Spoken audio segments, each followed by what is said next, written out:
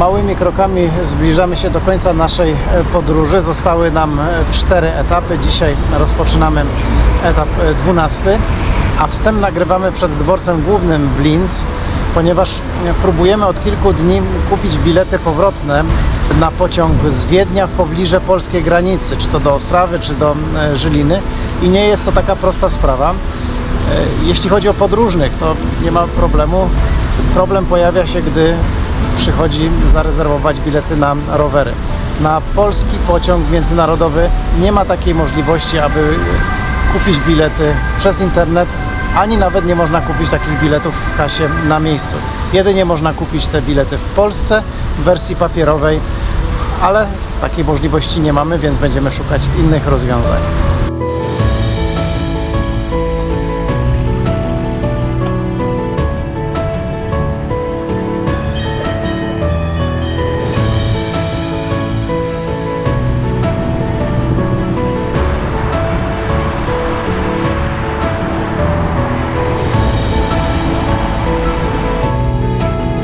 Do celu podróży pozostało nam 228 km, jak informuje tablica.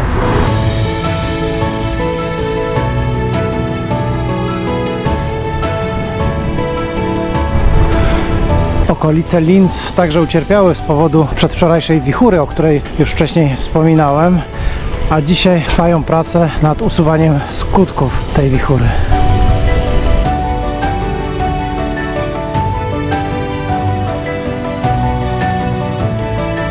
Prognozy pogody nie przewidywały na dzisiaj deszczu, ale nie ukrywam, że te ciemne chmury, które się nad nami gromadzą, trochę mnie niepokoją.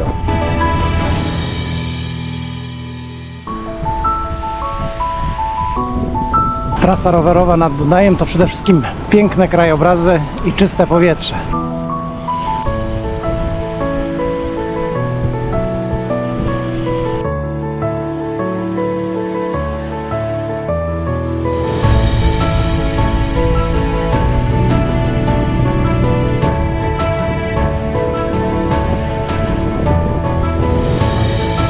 Mijamy kolejną elektrownię wodną na Dunaju i myślę, że to jest niesamowite, jak ta potężna rzeka została zmieniona przez człowieka. Aż trudno sobie wyobrazić, jak mogła ona wyglądać, gdy płynęła oryginalnym korytem. Z drugiej strony są takie miejsca, w których Dunaj wciąż walczy o swoją tożsamość.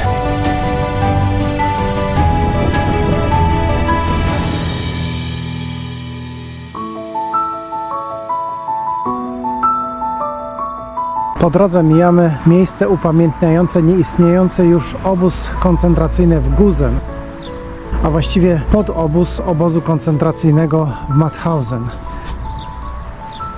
W tym miejscu pracowało i ginęło wielu Polaków, zwłaszcza inteligencji polskiej oraz więźniów politycznych.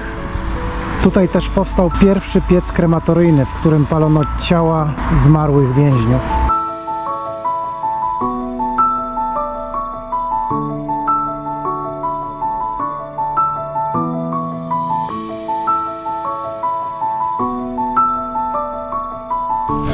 Około 5 km od Gusen znajdowała się główna kwatera obozu koncentracyjnego w Mauthausen, ale żeby tam się dostać, trzeba podjechać pod górę. W oddali widać już zabudowania dawnego obozu zagłady w Mauthausen.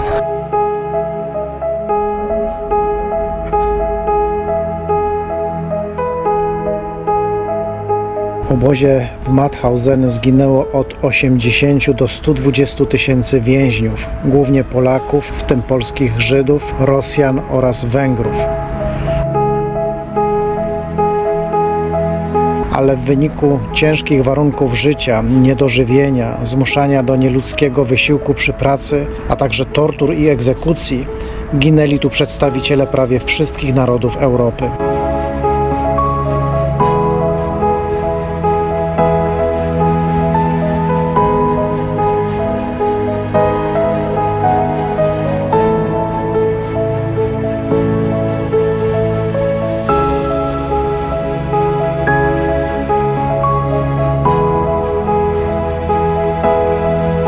W jednym takim baraku mieszkało jednocześnie ponad 300 więźniów.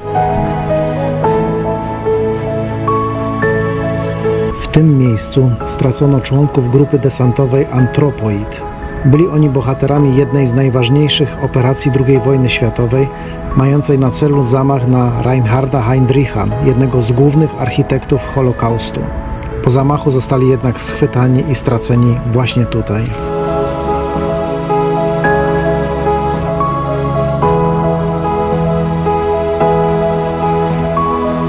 Na tym cmentarzu pochowano ponad 3000 ofiar, których tożsamość pozostaje nieznana.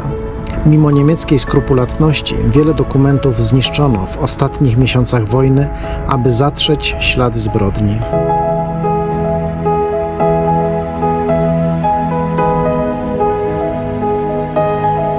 W parku na terenie obozu znajdują się pomniki upamiętniające ofiary tego miejsca z napisami w wielu językach. Symbolizują one różnorodność narodowości więźniów, którzy tu cierpieli i zginęli. Każdy pomnik został ufundowany przez przedstawicieli danego kraju lub społeczności, której członkowie stracili tutaj życie.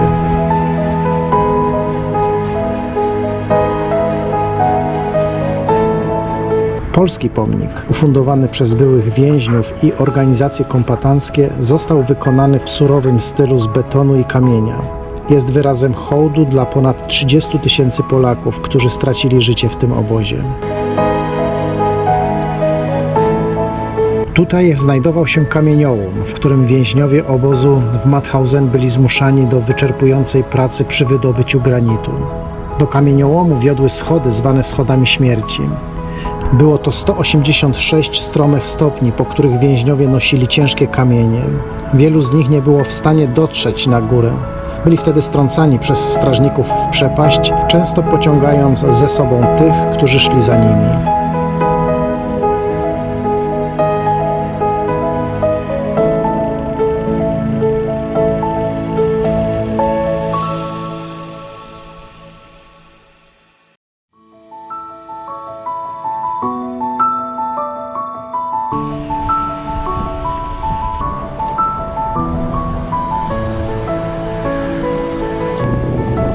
Jadąc dalej, trudno wyrzucić z głowy to, co zobaczyliśmy w Mauthausen i Gusen.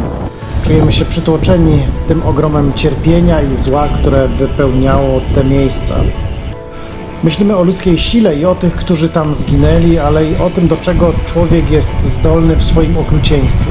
To przypomina, jak ważna jest pamięć o przeszłości i dbanie o to, by coś takiego nigdy się nie powtórzyło.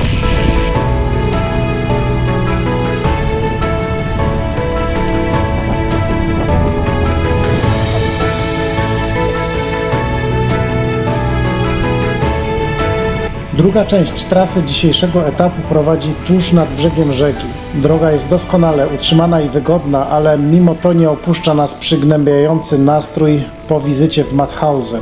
Chmury nad nami potęgują to uczucie, choć prognozy zapowiadały słońce i upał na popołudnie.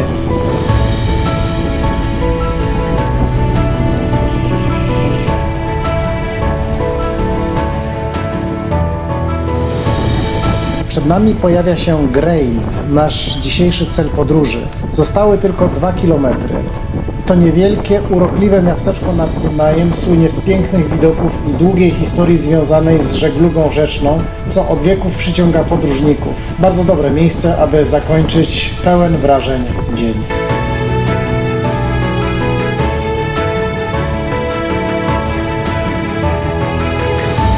Dzisiejszy odcinek być może krajobrazowo nie był tak atrakcyjny jak wczorajszy, ale w zamian był pełen innych wrażeń.